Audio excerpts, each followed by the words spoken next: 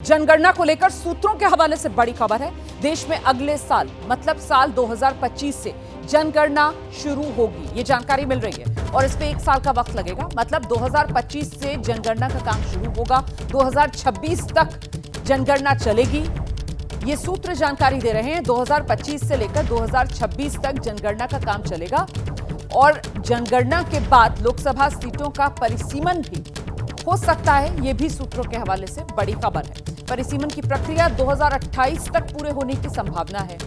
आप जानते हैं 2021 में कोरोना की वजह से जनगणना का काम टालना पड़ा था और अब जनगणना कराने की सरकार की तैयारी, जिसमें 2025 अगले साल से ये बताया जा रहा है कि जनगणना का काम शुरू हो जाएगा। हम सीधे आपको लेकर चलेंगे। हमारे साथ हमारे सहयोगी इस समय मौजूद है। मनोज्ञा लोईवाल हमारे साथ मौजूद है, न्यूज रूम से विशाल पांडे हमारे साथ मौजूद है। जरा पहले मनोज्ञा का रुख करते हैं और जानते हैं मनोज्ञा से पूरी खबर मिल क्या रही है। मनोज्ञा, सूत्र क्या बता रहे हैं? 1 साल का वक्त लगेगा, 2025 से 2026 तक जनगणना का काम, और वो जो जातिगत जनगणना की मांग की जा रही थी, तो वो कॉलम जाति वाला वो जोड़ा जाएगा या नहीं जोड़ा जाएगा, इसको लेकर क्या खबर?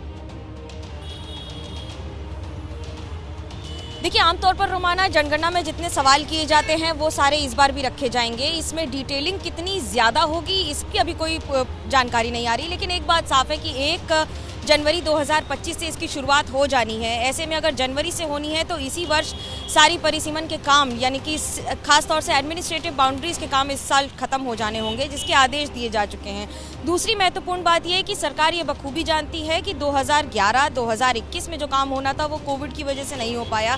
4 वर्ष की देरी हो चुकी है। 2025 से इसकी शुरुआत दोबारा होगी। तो ऐसे में क्या हर वर्ष 10 वर्ष का समय भी चेंज कर दिया जाएगा या समय सारणी बदल दी जाएगी, इस पर भी विचार किया जा रहा है। तीसरी सबसे महत्वपूर्ण बात कि जिन सवालों के जवाब दिए जाते हैं, जिसमें जाति, खास तौर से छोटी जातियां हैं, जिनकी संख्या कम है, जिनका मतलब है जिनकी संख्या कम है, जिन जातियों से संबंधित लोगों के उनके नाम, छोटी छोटी जातियों के नाम, उनके साथ साथ उनकी डिटेलिंग भी रखी जाएगी।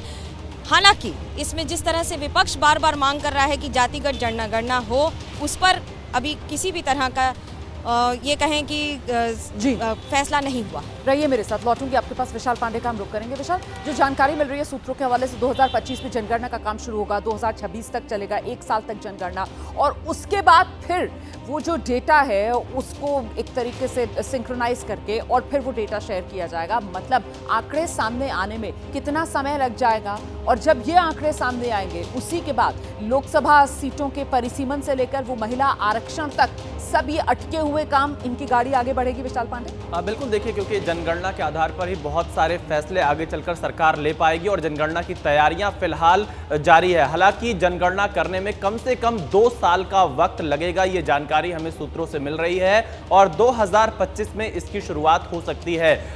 हालांकि इस बार की जनगणना को काफी डिजिटल रखा जाएगा, यानी बहुत सारे ऐसे आंकड़े हैं जो कि काफी आसानी से सरकार इकट्ठा करेगी, ताकि उस आधार पर तमाम जो कार्यक्रम है उनको चलाया जा सके। लेकिन आपने जातिगत जनगणना को जो सवाल पूछा था, उस पर अभी कोई फैसला नहीं हुआ है, और ओबीसी का कॉलम इसमें शामिल होगा या नहीं होगा, इस पर भी कोई फैसला नहीं हुआ है, क्योंकि ये कुछ ऐसे नीतिगत फैसले हैं जो कि सरकार के स्तर पर लेने होंगे। और अगर ऐसे फैसले होते हैं तो जनगणना एक्ट में बदलाव भी करना होगा, जिसके लिए संसद में कानून लाने की भी जरूरत पड़ेगी। तो अभी फिलहाल जो सामान्य जनगणना जैसे 2011 में हुई थी, उसी आधार पर अगर हम 2025 की जनगणना को देखें तो उसकी तैयारियां महारजिस्ट्रार कार्यालय की तरफ से लगभग पूरी बताई जा रही हैं, जो सूत्रों से जानकारी मिल रही है। लेकिन जातिगत और जो अन्य जानकारियों को लेकर सवाल उठ रहे हैं, उस पर अभी तक कोई फैसला नहीं हुआ है। बिल्कुल, तो इस जानकारी और स्पष्टता के लिए बहुत शुक्रिया विशाल पांडे, आपका भी। मनोज्ञा लोईवाल, आपका भी बहुत शुक्रिया।